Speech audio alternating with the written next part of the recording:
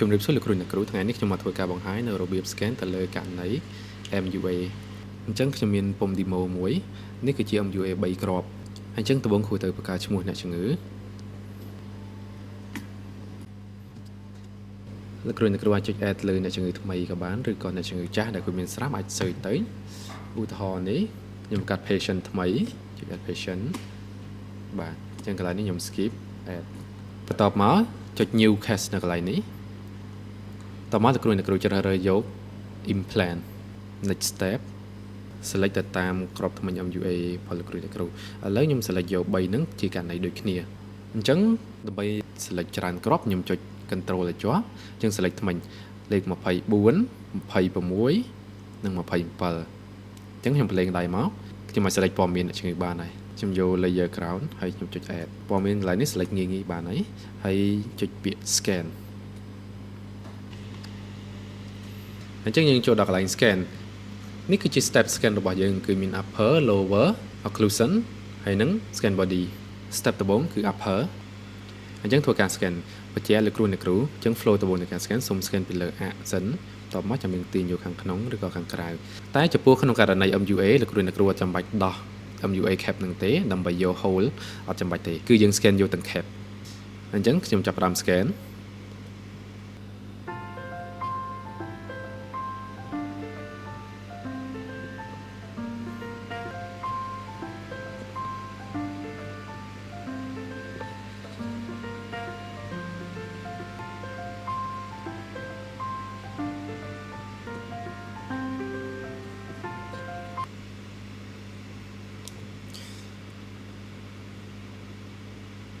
បាទបន្ទាប់ពី scan បែបនេះហើយសូមលោកគ្រូអ្នកគ្រូ check មើលដើម្បីថាលោកគ្រូអ្នកគ្រូបាន scan យក MUA cap ហ្នឹងបានច្បាស់ឬនៅបាទអញ្ចឹងដូចខ្ញុំ scan បានប៉ុណ្នេះគឺអូខេហើយប៉ុន្តែកន្លែងនេះគឺនៅស្ទើរបន្តិចអញ្ចឹងខ្ញុំសូមបន្តបន្ថែមកន្លែងហ្នឹងបន្ថែមទៀត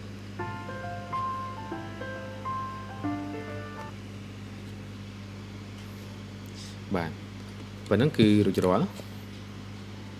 អញ្ចឹងបន្ទាប់ពី scan រួចរាល់បែបនេះលោកគ្រូអ្នកគ្រូអាច scan បន្តទៅ lower តបមក scan occlusion ក៏បានឬក៏ scan ចូលក្នុង step scan body តែម្ដងអញ្ចឹងខ្ញុំសូមចូល step scan body តែម្ដងអញ្ចឹងនៅក្នុង step នេះសូមលោកគ្រូអ្នកគ្រូ input ទៅលើ scan body របស់ MUA ចូលទៅតាមទីតាំងថ្មិញមក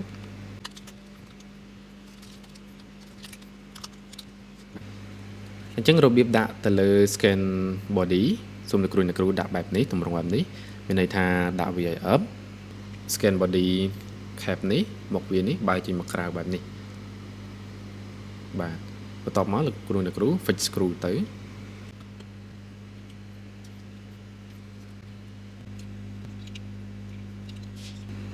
បាទអញ្ចឹងទីតាំង scan body សូមគ្រូដាក់រៀងជ្រុះគ្នាប្រឆិតគ្នាបន្តិចៗមកកុំឲ្យវាស្របដូចគ្នាពេកដើម្បីការពារទៅលើពេលដែលយើង scan កុំឲ្យវាជន់គ្នាបន្ទាប់ពីលោកគ្រូអ្នកគ្រូ fix screw ហើយសូមថត sensor ដើម្បី check មើលថាលោកគ្រូអ្នកគ្រូដាក់ scan body ពិតជា up ជាមួយនឹង MUA cap នៅខាងក្នុងពិតប្រាកដមែនបន្ទាប់ពីថតហើយយើងធ្វើការ scan បន្តបកទៅក្នុង software វិញនៅកន្លែងនេះគេនឹង load message alert ប្រាប់យើងថា first select scan body អញ្ចឹងគ្រូទី1គឺគ្រូត្រូវ select scan body ទីតាំង scan body អញ្ចឹងសូមចុច OK មកអញ្ចឹងទីតាំង scan body ទី1ដែលខ្ញុំចង់ select គឺនៅកន្លែងនេះអញ្ចឹងសូម zoom វាគៀក select បានកាន់តែទូចកាន់តែល្អណាអញ្ចឹងយើងសូមចុចយកកន្លែងនេះមកតបមកគ្រូមើលចំកណ្ដាលហើយប្រកាសថាចំកណ្ដាលហើយយើង select ទីតាំងមួយបាទអញ្ចឹងសូម move ទីតាំងទៅ select scan body ទី2អញ្ចឹងមើលចំកណ្ដាលដូចគ្នា select 2 move ទីតាំងចំ3បាទតោះមកសូម text អញ្ចឹងក្នុងករណី implant ជាប់គ្នាបែបនេះខ្ញុំសនុំពរឲ្យលោកគ្រូប្រើទៅលើ scan body 3មានន័យថាប្រើម្ដង3ក្នុងពេលតែមួយកុំប្រើតែ1ឬក៏2ដកដាក់នៅក្បែរគ្នាអញ្ចឹងវាអាចនឹងភ័ន្តច្រឡំបន្ទាប់មកធ្វើការ scan បន្តអញ្ចឹងនៅក្នុងការ scan ទៅលើ scan body សូមលោកគ្រូអ្នកគ្រូទាញពីកន្លែងដែលស្គាល់ស្រាប់មកដូចជាថ្មិញឬក៏ base ហើយចាំយើងទាញទៅលើ scan body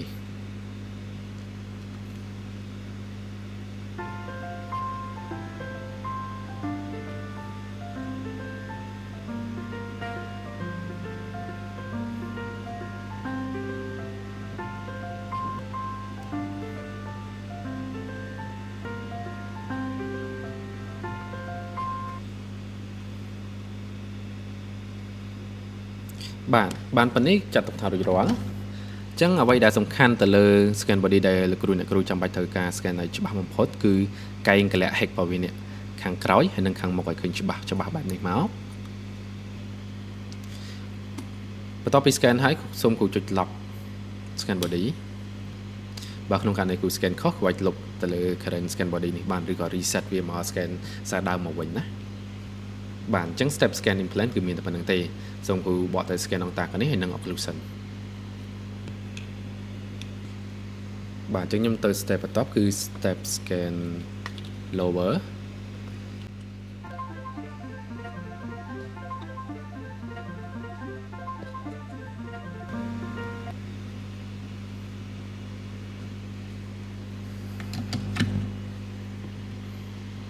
lower រួចរាល់សូមទៅ step occlusion អញ្ចឹង step occlusion សូមគូ scan ឆ្វេងស្ដាំណា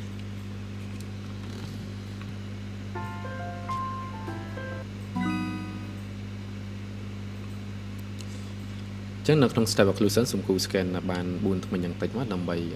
វាកាន់តែច្បាស់សក្តិអញ្ចឹងតាមមកខាងទៀតគួរឲ្យចាប់យកធំតែកន្លែងមានថ្មិញទៅបានហើយ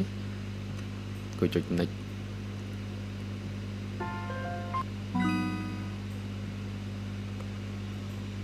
បាទអញ្ចឹងគូ verify ទៅលើ occlusion បាទអញ្ចឹងពុំនៅស្ងៀមដដែល occlusion យើងគឺឆ្វេងស្ដាំអូខេរួចរាល់អញ្ចឹងនៅក្នុងករណីនេះគឺ scan រួចរាល់គួរជួយ process ដើម្បីបញ្ចប់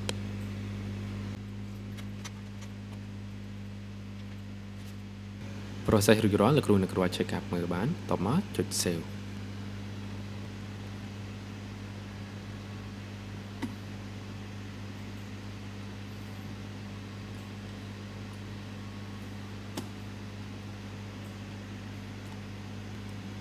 អញ្ចឹងការនៃ scan MUA គឺមានតែប៉ុណ្្នឹងសូមអរគុណច្រើនសូមជម្រាបលា